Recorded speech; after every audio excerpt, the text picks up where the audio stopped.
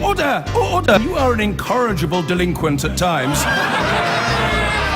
Behave yourself, man!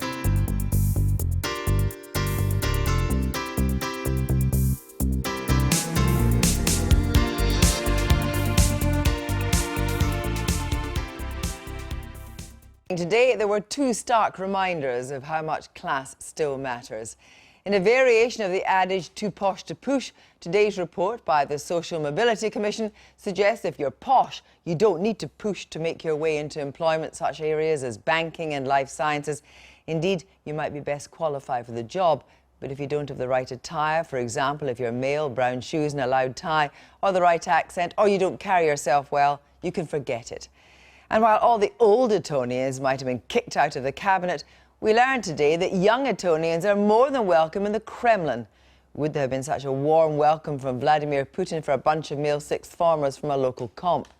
Social mobility is apparently at the top of Theresa May's bucket list. But does any politician really have the political courage to overturn centuries of elitism? Our policy editor, Chris Cook, reports.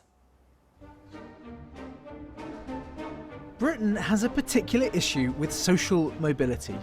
We can't seem to get people moving in the right direction. Dress code is the latest suspect. A new report on The City has found that faux pas like wearing brown shoes with a suit, things deemed uncouth, were hobbling the careers of people from less grand backgrounds. Meanwhile, a group of Etonians on a trip to Moscow ended up spending time in the Kremlin, even meeting Vladimir Putin. No brown shoes there. You can see why Theresa May made the opportunity agenda central to her opening statement as Prime Minister. If you're a white working class boy, you're less likely than anybody else in Britain to go to university. If you're at a state school, you're less likely to reach the top professions than if you're educated privately. Perhaps, though, we shouldn't be too surprised that Britain has a social mobility problem. Economists have described something known as the Great Gatsby curve, after the great novel about a socially mobile bootlegger in the Roaring Twenties.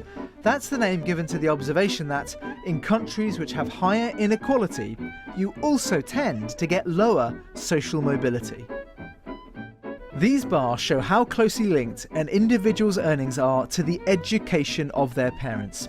The higher the bar, the more important your family background is. So a higher bar means worse social mobility. You can see the Great Gatsby effect. In more unequal countries, like the US and the UK, social mobility is a bigger problem. In more equal countries, like Sweden and Germany, things are a bit better. Social mobility then is a rather bigger issue than just city recruitment. In fact, it's been a major issue in Westminster in particular for the last 10 years or so, ever since research emerged which suggests that poor people born in 1970 had worse life chances than poor people that were born in 1958. One of the authors of that research, though, now thinks things may have subsequently got better. What we find is when the social mobility in the UK was falling, yes, there was a stronger link between family background and education. But when we look more recently through children going into education in the 90s, we could see that there was a real catch-up for poor kids and that many more of them were getting good GCSEs and doing well. In general terms, we've seen disadvantaged pupils at school do better and make a faster rate of progress in their educational attainment than the average. So there's been a bit of a closing of the gap, and we know that that's a pretty decent proxy for what's likely to happen to some element of social mobility in the future. Is education the key thing, though? Let's go back to that graph. We can actually estimate how much of our social mobility problem can be explained by the fact that educational achievement is unequal. That is the portion in red. So you can see in Germany, with its very famed selective schools, educational inequality seems to be the overwhelming driver of immobility. In Britain, who ends up with which qualifications accounts for about half of the problem. It's other things like brown shoes, that account for the rest.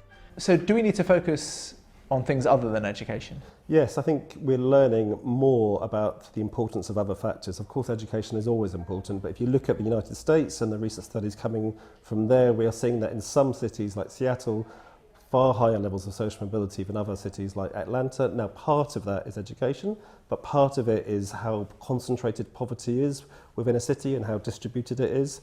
It's also urban transportation systems, and it's just how the city has been planned. These other broader factors about city development are very important. Today, besides 70 who are at Eton with scholarships, there are 1,100... As anyone who's visited Eton would know, parents have very different sets of resources with which to make sure their kids do well. Inequality makes the policy objective of aiding social mobility much tougher. If there's an arms race in that children are constantly being pushed to do better, and richer parents are really better prepared for that kind of arms race, they can prepare their children using private tutors, giving them the information they need about the best universities, then it's really hard to know what public policy can do about that, and if indeed it would want to intervene. Getting poor kids to rise above their richer peers means fixing a lot. But if you do that, richer parents will fight back. Optimism on mobility is thin on the ground. Chris Cook, well, let's discuss all this. Joining me now from Southampton is Lord David Willits, who until 2014 was in David Cameron's cabinet as Universities Minister and now Executive Director of the Resolution Foundation. Faiza Shaheen, Director of the Class think tank, and the writer Poppy Noor. Hello to all of you. First of all, David Willits, this is, this is meant to be Theresa May's big push after Brexit, of course, her big push. So what could she do that David Cameron couldn't? Well, I hope that we can first of all see more people going to university and then employers recruiting from a wider range of universities. This specific report today on investment banking showed that part of the problem was they're only looking to 4 or 5 universities, and the type of initiatives that are now underway that broaden employers' horizons so they recruit more broadly is very significant.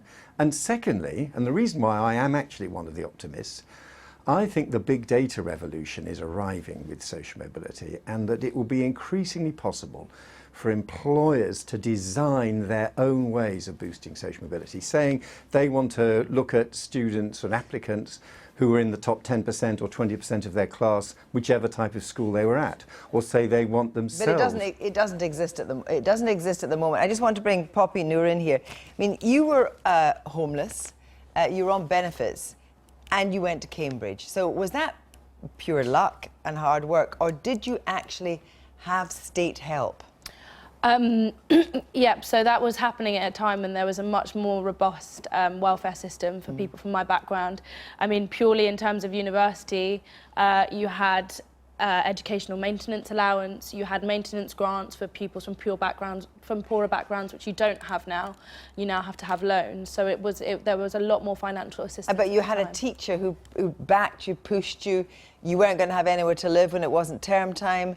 I understand this teacher insisted at the college, or said to the college, Trinity, I think it was, is there somewhere she can live during time that's not? So that made a big difference, otherwise you wouldn't have gone. Yeah, it would have made a big difference. So I suppose the question is, how do we make the university system more accessible for people that don't have those kinds of teachers? And what was it like when you went? What sort of attitudes did you come up against at Cambridge? I think once you get to university, if you're from a working class background, it's a long experience of trying not to be bullied out. It really is.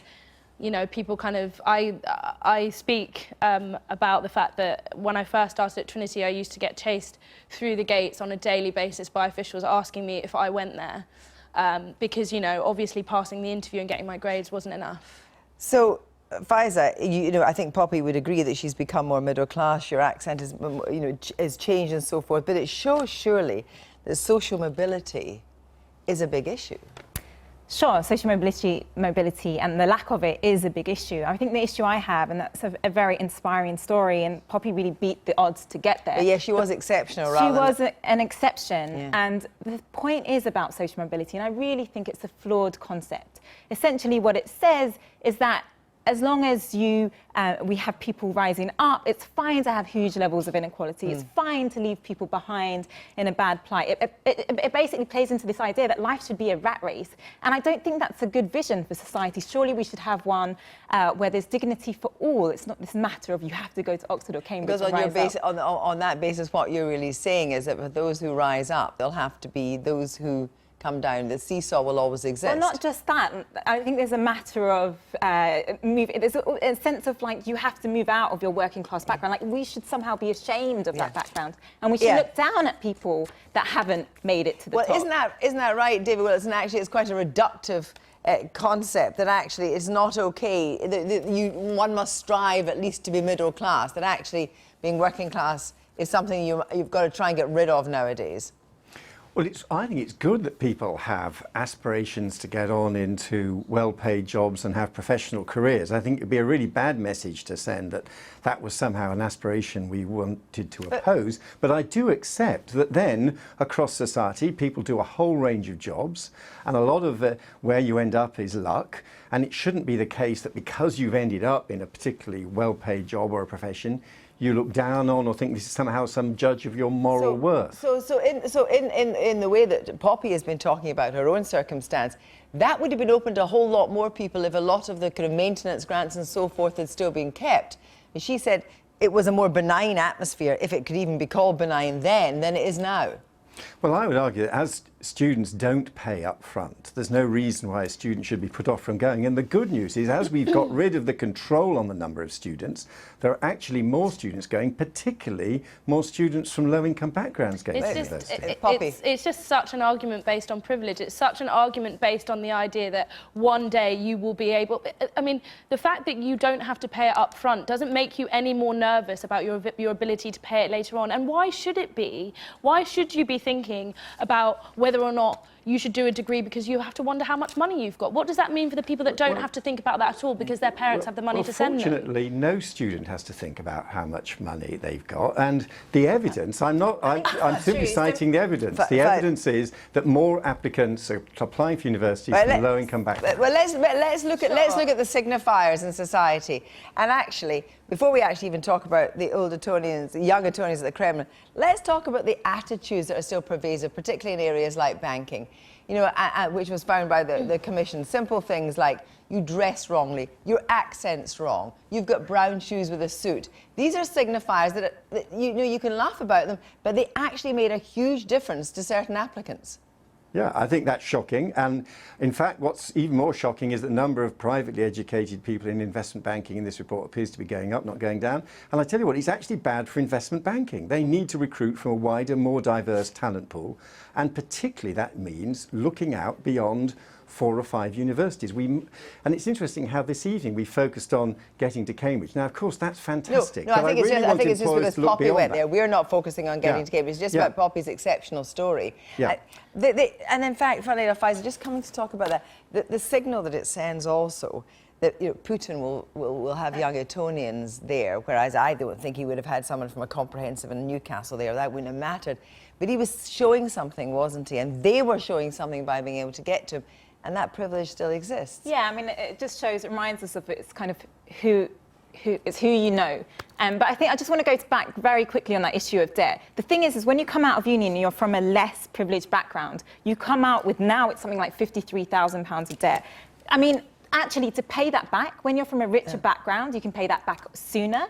Those on will then find it hard to buy a house, so it does disadvantage you. Well, widening out, all political parties talk the talk over social mobility, but Poppy, what do you think would actually be something they could achieve and achieve quickly? I think we've been told for so long that the reason that there isn't more integration of people from disadvantaged backgrounds in society is about things like education, it's about they haven't got the right grades, maybe it's that they haven't worked hard enough. And actually what this report is showing us is it doesn't matter how well you do, that your class background will still be something that acts against you. And I think that's a really good argument for positive discrimination. Thank you all very much indeed.